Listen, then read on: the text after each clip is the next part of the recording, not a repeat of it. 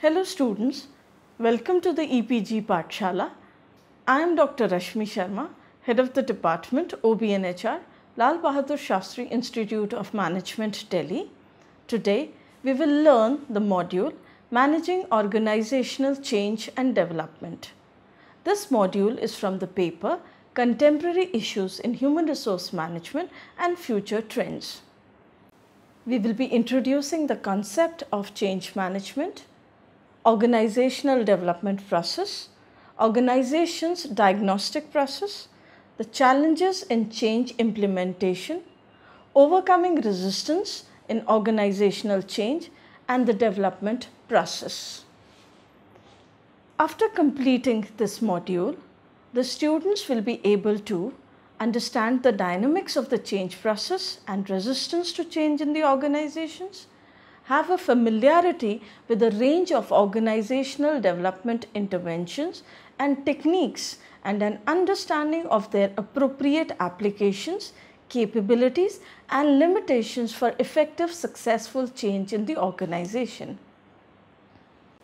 Change management refers to any approach to transitioning individuals, teams, and organizations using methods that are intended to redirect the use of resources, business processes, budget allocations, or other methods of operation that significantly reaps a company or an organization. The following are the key drivers of change. Leadership. While management's role is to plan and implement a new structure, it takes leadership to guide people through the transition. And how that transition happens is fundamental to the success of the change process. Second, listening. Listening is an essential element to make change happen. People need to know that they are part of the solution and feel that they have some control over the outcome.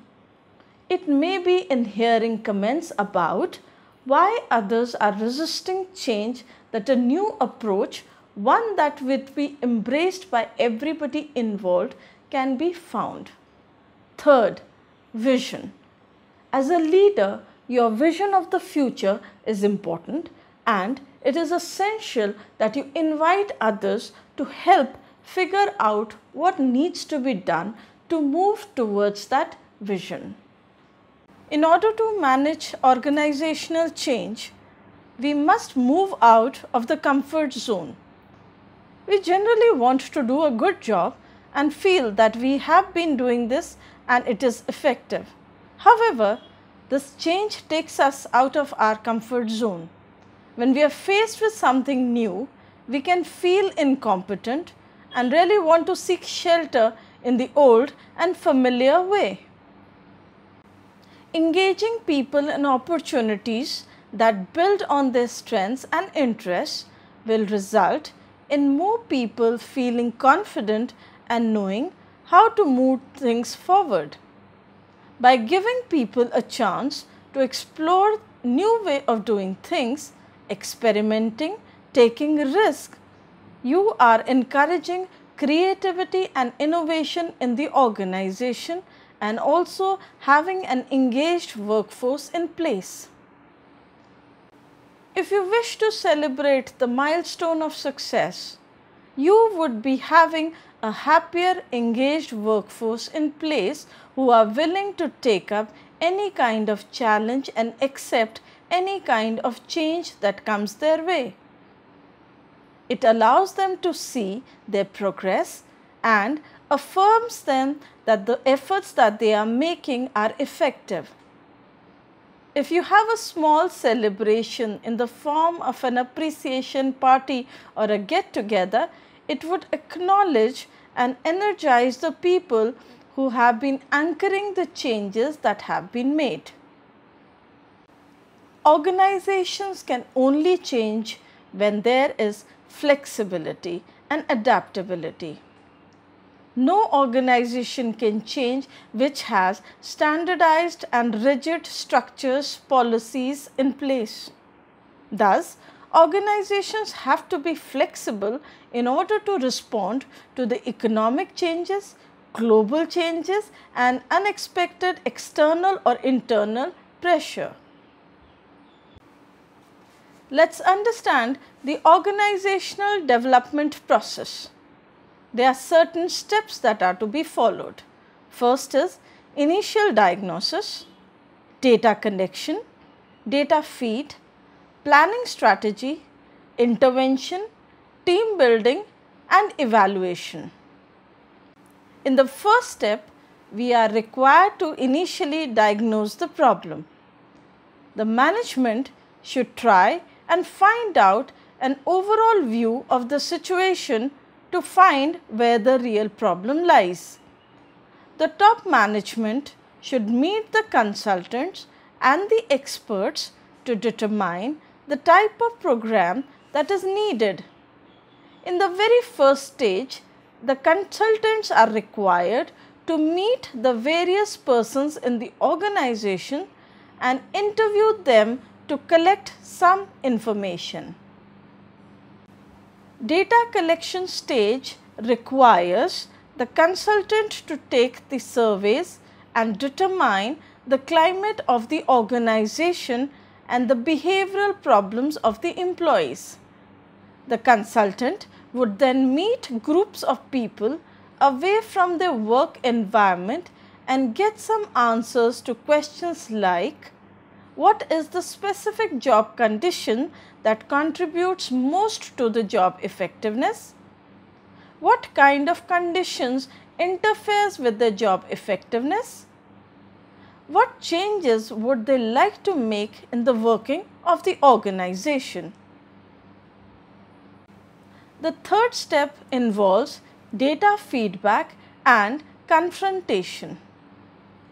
The data which has been collected in the second step will be given to the work groups who will be assigned the job of reviewing the data.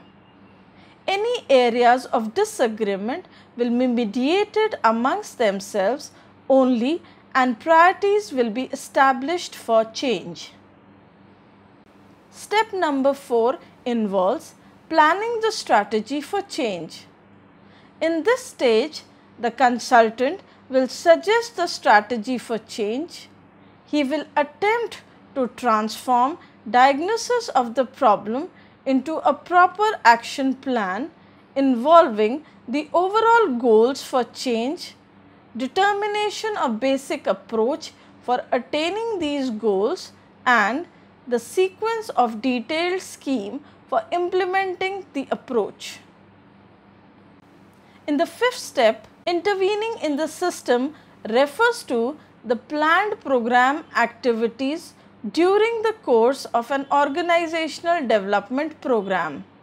These planned activities bring certain changes in the system, which is the basic objective of organizational development. There may be various methods through which the external consultant can intervene in the system, such as education and laboratory training, process consultation, team development, etc. The sixth step involves team building process. During the entire process, the consultant encourages the groups to examine how they will work together. The consultant will educate them about the value of free communication and trust as essentials for group functioning. The consultant can have team managers and their subordinates to work together as a team in the OD sessions to further encourage team building. Step 7 is evaluation. For evaluation of the organizational development program, the use of critique sessions, appraisal of change efforts and comparison of pre and post training behavioral patterns are very effective.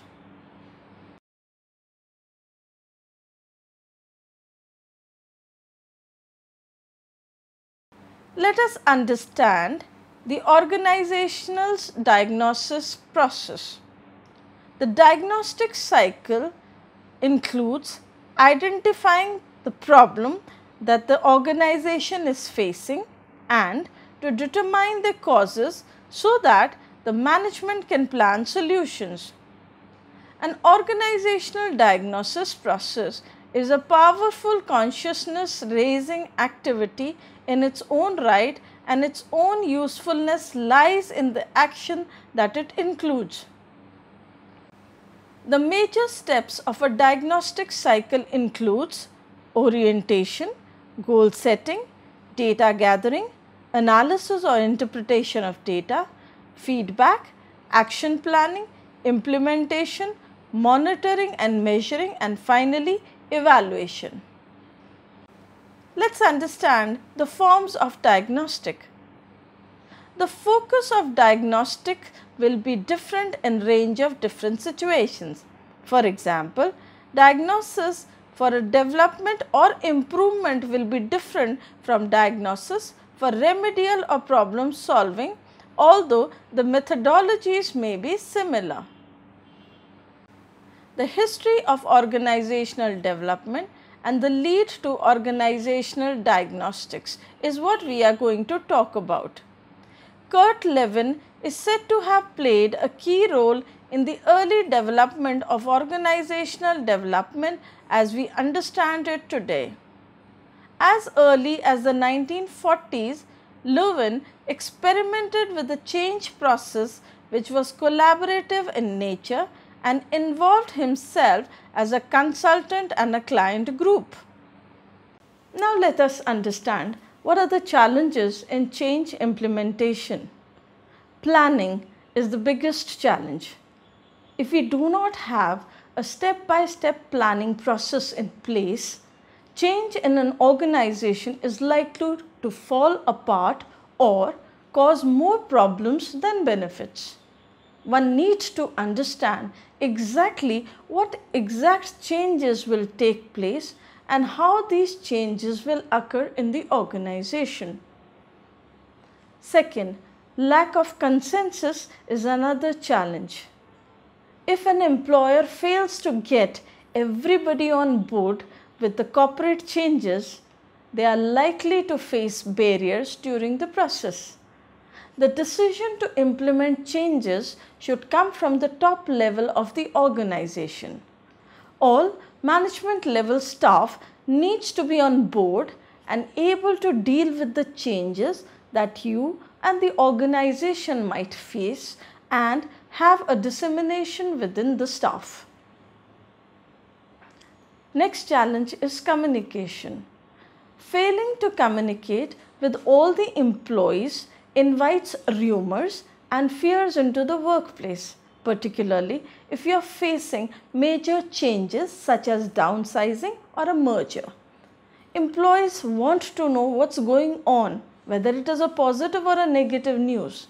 The feeling of uncertainty when management does not communicate disrupts the work and makes the employees feel as if they aren't a part of the decision. Employee resistance is another bottleneck that an employer or an employee might face in the change process. In some cases, employees resist change.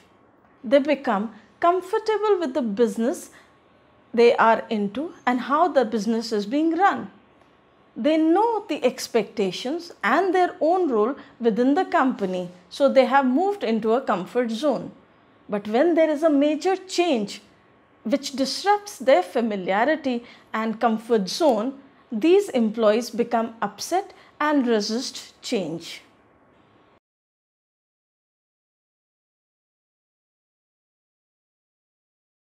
Let's see how we can overcome resistance in organizational change and development process.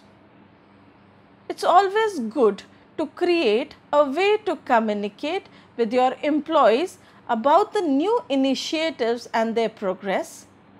Instruct the key management to provide employees with regular updates at team meetings. Market the new business strategy to each group. Explain the new plan in terms that help each group understand how the new strategy will make their own jobs better or easier. Invite a team member from each functional group to participate in the meetings or provide seminars for each group to market the strategy. Step 4. Select a group of change agents from key positions to help manage planning and implementation. Find one person from each group who is vocal. Try to select those in non-management positions as well. Fifth, develop a key deliverable or deliverables for each department, organization and person involved in the new business strategy. A deliverable is a final report or the output from implementing the new business strategy. In the sixth step, tie successful implementation to compensation. Create at least 4 key milestones and goals to measure the success throughout the year.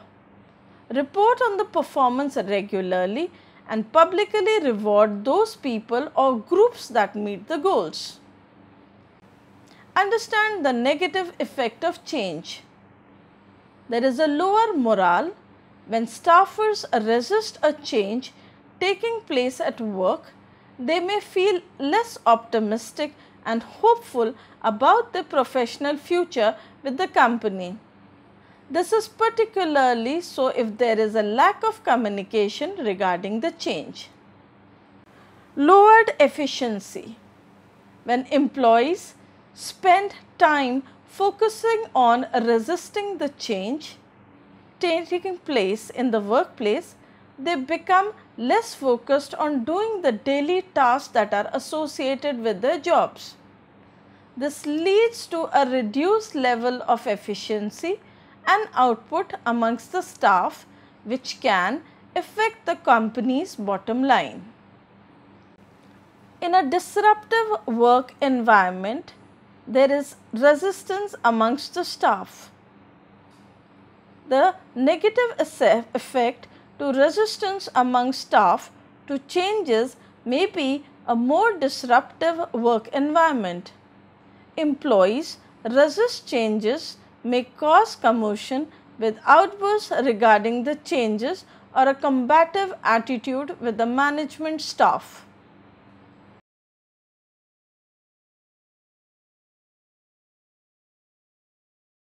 There are numerous ways by which you can mitigate the negative effects of resistance to change among your staff. From holding an all-staff discussion in which everyone can air their grievances regarding the change to provide extra training and resources to help the staff adapt, taking the steps to make the employees feel much more comfortable with changes may go a long way to create more beneficial effects from the change than the negative ones. There are few tips that can be kept in mind when we are leading the change. One is to handle resistance with patience.